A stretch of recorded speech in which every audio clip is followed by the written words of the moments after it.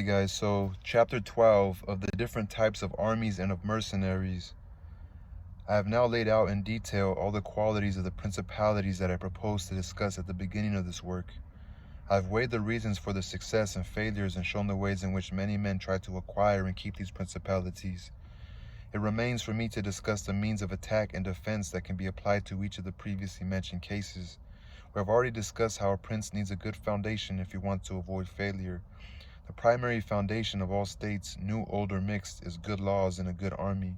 And as there cannot be good laws where there is not a good army, and where there is a good army there have to be good laws, I will omit any discussion of laws and speak only of armies. The army with which a prince defends his state is either his own, a mercenary army, an auxiliary army, or one that is a mix of these.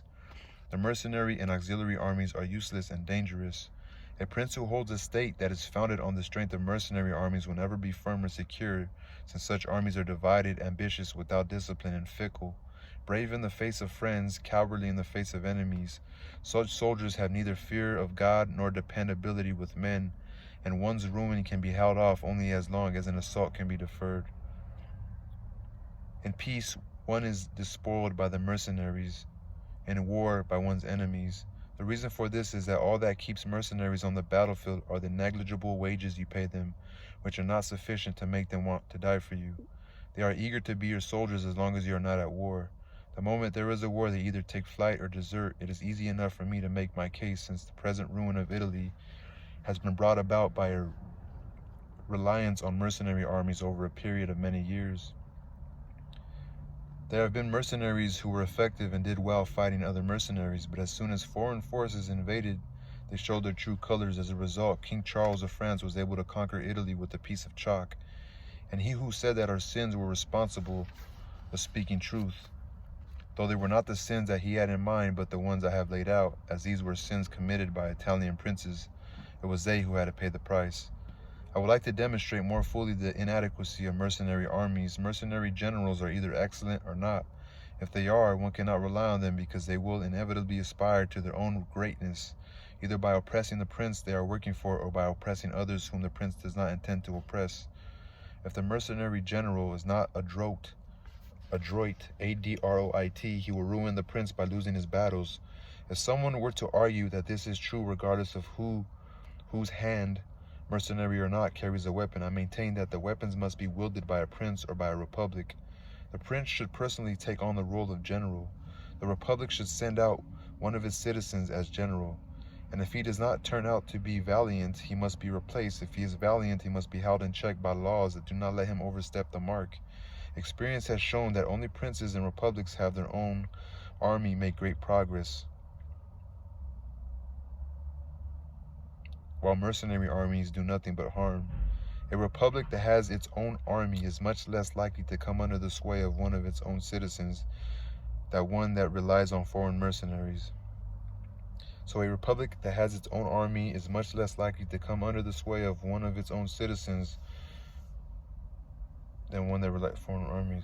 Both Rome and Sparta were for many centuries armed and free. The Swiss are well armed and very free. As for mercenary armies in ancient times, we have the example of the Carthaginians, who were almost overwhelmed by their mercenary soldiers after the first war with the Romans, even though the Carthaginians had their own citizens as generals. The Thebans had made Philip of Macedon their general after the death of Epaminondas, but once Philip was victorious in battle, he took away the Thebans' liberty. The Milanese, after the death of Duke Filippo Visconti, hired Francesco Sforza to fight the Venetians. After Sforza vanquished them at Caravaggio, he joined the Venetians to oppress the Milanese, his patrons. Francesco Sforza's father, a mercenary to Queen Giovanna of Naples, left her defenseless, and she was forced to throw herself on the mercy of King of Aragon so as not to lose her realm.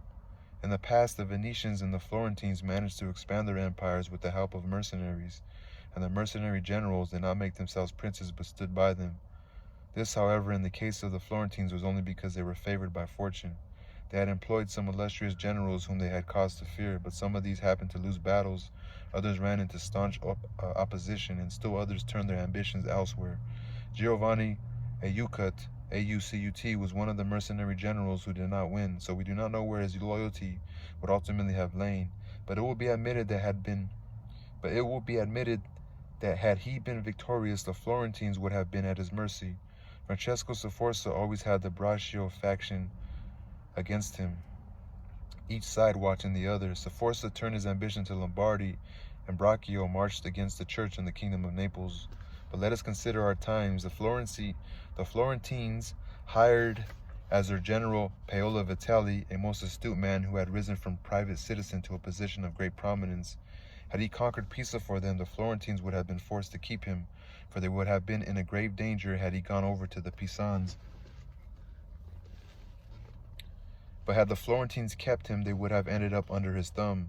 In the case of the Venetians, if one weighs their successes, it is clear that they had acted wisely and bravely as long as they used their own soldiers to fight their wars, which they did before they began to expand from Venice onto the mainland. Both their noblemen and armed plebeians had always fought most valiantly, but the moment the Venetians stepped on terra firma, they lost their skill and resorted to mercenaries, as was common throughout Italy. At the beginning of their expansion, they had a small state but a substantial reputation, and so did not have much to fear from their mercenary generals. But as they expanded, which they did under General Carmignola, they received ample proof of their terror. It's like once you try to expand, you kind of lose control. Carmignola had shown his skill in battle, having defeated the Duke of Milan, but subsequently the Venetians saw his ardor for battle cool.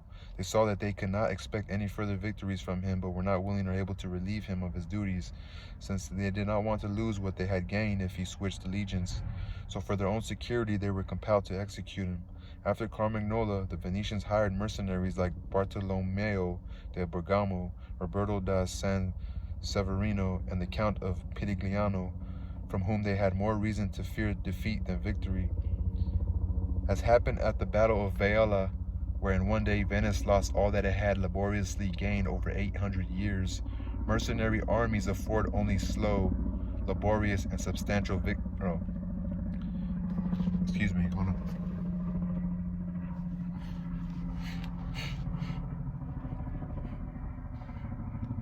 Mercenary armies afford only slow, laborious, and insubstantial victories, while the losses they bring are sudden and spectacular. As these examples have brought me to Italy, which has been ruled for so many years by mercenary armies, I would like to discuss them in greater depth so that by tracing their origin and development, it will be easier to remedy the problem. It must be kept in mind how in recent times, since the empire was driven out of Italy and the Pope has gained temporal power, Italy has split into more states, for many of the great cities took up arms against their nobles who had been favored by the emperor and had oppressed them, while the church favored the oppressed cities in order to gain temporal power. In many other cities, their own citizens became princes. As a result, Italy fell into the hands of the church and of several republics. Since these new rulers were priests and private citizens, they knew nothing about armies and turned to foreign mercenaries. The first to give a mercenary army prominence was Alberigo da Cogno from the Romagna, from his school name, among others, Braccio and Sforza, who in their day were the arbiters of Italy. After them came all the others, who up until the present day have led these mercenary armies. The result, Italy was overrun by Charles, pillaged by Louis, ravished by Ferrando, and disgraced by the Swiss. The mercenaries moved quickly to take away the standing of the infantry. So it's like Italy didn't have a national army. They did this because, the mercenaries moved quickly to take away the standing of the infantry and appropriate it to themselves. They did this because, not having a state of their own and living by their profession, too few soldiers would not afford them the standing they needed, while they could not support and feed as many soldiers as they did need. So they limited themselves to the cavalry, where the force was smaller and could be fed and paid. As a result, in an army of 20,000, you cannot find 2,000 infantrymen. Furthermore, the mercenary generals did their utmost to keep themselves and their soldiers out of the way of fatigue and danger, and did not kill the enemy in the fray, but took prisoners, and that without ransom. They did not attack cities at night, nor did those defending the cities attack the encampments outside. They did not build stockades or ditches around their camps, and they did not go on campaigns during the winter. All these things were consistent with their military conventions and, as I have pointed out, enabled them to escape fatigue and danger. They have driven Italy into slavery and disgrace. So it's like, that's like, You know, these mercenaries were milking it, you know, because they weren't like fucking forced. Not forced, but like once you join the military army, you're pretty much just a fucking part of the. You're working for the state. You're working for the country, for the land, you know. But these mercenaries are like by hire, you know. The people in power are paying these guys to protect them, but there's not really no loyalty as long as the money's being paid, and they're only gonna do so much. Their victories are small, but their defeats are huge. It's like once they're getting overrun, they'll probably retreat and let these people take over everything. You know what I'm saying? It's like hiring somebody outside your company as opposed to having a real solid company, just keeping it all in-house. There's a lot of construction companies like to keep things in-house, you know? So, yeah, I made it halfway through the book. I'm on page 62. This book is like 124 pages long, so I find it to be I'm reading pretty well. So I'm probably gonna be done with this book. I'm gonna move on to another book just to keep my mind fresh, and yeah, kind of getting back into the groove of reading again, only because I have some money to afford myself to be able to read, and you know, things like that. So anyway, yeah, peace.